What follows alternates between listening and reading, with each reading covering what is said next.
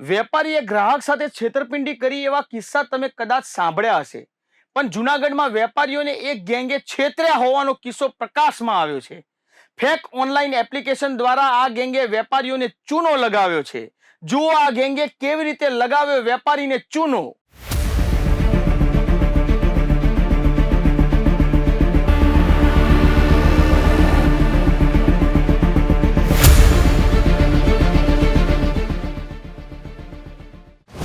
જૂનાગઢમાં ઓનલાઈન છેતરપિંડી કરતી ગેંગ ઝડપાઈ. ફેક ફોન પે એપથી વેપારીઓને છેતરતા 3 આરોપી પકડાયા. જૂનાગઢની એક કપડાની દુકાનમાં ગેંગે લગાવ્યો હજારો રૂપિયાનો ચૂનો. જૂનાગઢ એ ડિવિઝન પોલીસને ગેંગને પકડવામાં વળી સફળતા. આજકાલ ઓનલાઈન ફ્રોડના કિસ્સાઓ સતત પ્રકાશમાં આવી રહ્યા છે. ત્યારે આવી જ એક ઘટના જૂનાગઢમાંથી સામે આવી છે, જેમાં એક કપલને ઊંચા અરમાનું થાય છે અને પહોંચી જાય છે એક સાડીની દુકાનમાં, જ્યાં જઈને તેઓ સાડીઓ જોવા લાગે છે અને એક પછી એક સાડી ખરીદવા લાગે છે, જેનું બિલ લગભગ 10,700 રૂપિયા બન્યું હતું. આ કપલ પાસે રોકડ રૂપિયા ન હતા, જેથી દુકાનદાર પાસેથી રોકડ 3,000 રૂપિયા લઈને કુલ 13,700 ઓનલાઈન કરવાનું કહે છે, જેથી દુકાનદાર ઓનલાઈન પેમેન્ટ લેવા તૈયાર થઈ જાય છે. આ કપલે માસ્ટર માઇન્ડ વાપરી વેપારીના ક્યુઆર કોડને સ્કેન કરી ખોટો સક્સેસફુલ પેમેન્ટ મેસેજ બતાવ્યો. હીલા આરોપીએ ફેક ફોન પે એપથી મેસેજ બતાવ્યો. તો થોડી વાર પછી જ્યારે દુકાનદાર પોતાના ખાતામાં ચેક કરે છે અને જોવે છે કે રૂપિયા જમા થયા કે નહીં, ત્યારે તેને ખબર પડે છે કે મારી સાથે તો ફ્રોડ થયું છે, જેથી તે સીધો જૂનાગઢ એ ડિવિઝન પોલીસ મથકે ફરિયાદ નોંધાવવા પહોંચે છે.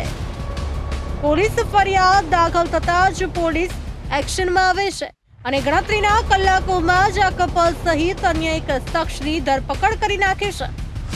તો સાંભળો કેવી રીતે આચરવામાં આવી હતી છેતરપિંડી.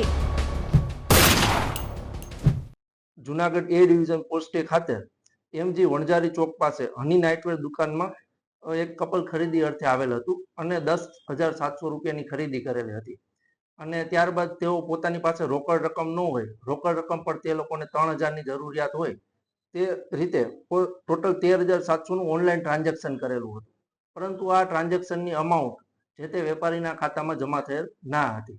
એટલે પાછળથી વેપારીને જાણ થયેલ હોય કે અમારી સાથે ફ્રોડ થયેલ છે, અને જે અનુસંધાને તેઓ પોલીસ સ્ટેશનનો સંપર્ક કરતા એ ડિવિઝન પોલીસ સ્ટેશનના પીઆઈ શ્રી આર.કે. પરમાર તથા તેઓની ટીમ દ્વારા આજરોજ આરોપીઓને પકડી પાડવામાં આવેલ છે અને આ ગુનાના કામે ઉપયોગમાં લેવાયેલ હ્યુન્ડાઈ કંપનીની કાર અને મારુતિ કંપનીની સ્વિફ્ટ કાર તથા મોબાઈલ કબજે કરવામાં આવેલ છે. આપ જે ટીવી સ્ક્રીન પર માસૂમ ચહેરા જોઈ રહ્યા છો, પણ માસૂમ ચહેરા પાછળ એક શાતિર દિમાગ કામ કરી રહ્યું છે, જે લોકોને ચૂના લગાવવામાં ઉપયોગ થઈ રહ્યું હતું. આ ગેંગે અત્યાર સુધીમાં કેટલા લોકોને ચૂના લગાવ્યા હોવાનું પ્રાથમિક તપાસમાં જાણવા મળી રહ્યું છે. ત્યારે આવો સાંભળો આ ગેંગે અન્ય ક્યાં ક્યાં ચૂનો લગાવ્યો છે. હાલ જુનાગઢ વિસ્તારમાં મેંદરડા સાસણ રોડ ખાતેથી એક તેઓએ 4 કેરીના બોક્સ ખરીદ કરેલ હતા, જે પ્રાથમિક માહિતી મળતા તે અનુએ પગલાં લીધેલ છે અને ત્યારબાદ તપાસમાં આગળ રિવેલ થશે કે કઈ કઈ જગ્યાએ આ પ્રકારના ફ્રોડ. રાધિકાબેન દેવાંગભાઈ પઢિયાર, દેવાંગભાઈ જગદીશભાઈ પઢિયાર, ભાવેશ વિનુભાઈ યાંગેલા. પોલીસે ત્રણેય આરોપીઓને ઝડપી તેમની પાસેથી હુન્ડાઈ વર્ના અને Maruti Swift car, 3 mobile phone, કપડાં, કેરીના બોક્સ, શૂઝ, ટેડી બિયર અને રોકડ રકમ મળીને કુલ રૂપિયા 6.39 લાખનો મુદ્દામાલ જપ્ત કર્યો છે. તો આગળ સાંભળો અધિકારીએ વેપારીઓને શું કરી અપીલ.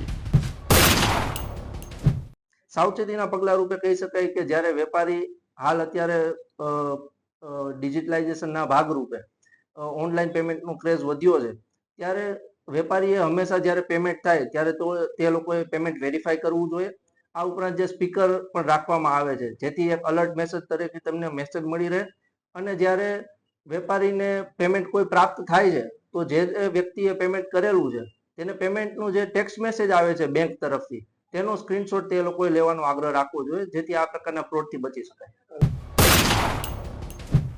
તમને ચોક્કસ એમ થતું હશે કે આ લોકો કેવી રીતે ઓનલાઈન ફ્રોડ કરતા હશે, કેવી રીતે ગ્રાહકને ઉલ્લુ બનાવતા હશે.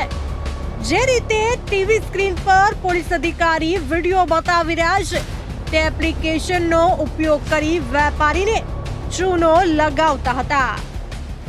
આ ગેંગ ફોન પેની ડુપ્લિકેટ રાખતા હતા એપ્લિકેશન. નકલી એપ્લિકેશનમાં વેપારીનો QR કોડ કરતા હતા સ્કેન. આ લોકોની એમો એવી છે કે તેઓ પાસે ફોન પે ની એક ડુપ્લિકેટ એપ્લિકેશન છે, જેમાં તેઓ QR કોડ સ્કેન કરતા જે તે વ્યક્તિની માહિતી આવી જાય છે. ત્યારબાદ તેઓ પોતે તેમાં એમાઉન્ટ એન્ટર કરીને પછી જે પેમેન્ટ સક્સેસ તેવો મેસેજ આવી જતા તેઓ વેપારીને દેખાડે છે, પરંતુ ખરેખર આ પ્રકારનું કોઈ પણ નાણાકીય લેવડ દેવડ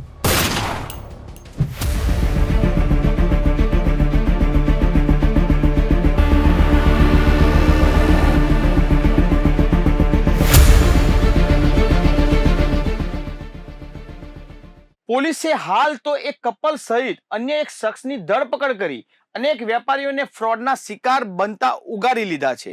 હદ તો ત્યારે થાય છે કે આ ફ્રોડ ગેંગમાં એક મહિલા પણ સામેલ હતી, જેથી કોઈ વેપારી જલ્દી તેના પર શક ના કરી શકે. હાલ તો પોલીસે આ ચીટર ગેંગને ઝડપી તપાસ હાથ ધરી છે કે કયા કયા વિસ્તારોમાં છેતરપિંડી આચરી છે અને કેટલા સમયથી આ ગેંગ સક્રિય બની હતી. FIR માં ફરી મળીશું ગુનાઓની આવી જ માનસિકતા બેનકાબ કરવા. ત્યાં સુધી આપ જોતા રહો બી ઇન્ડિયા, ભરોસો ગુજરાતનો.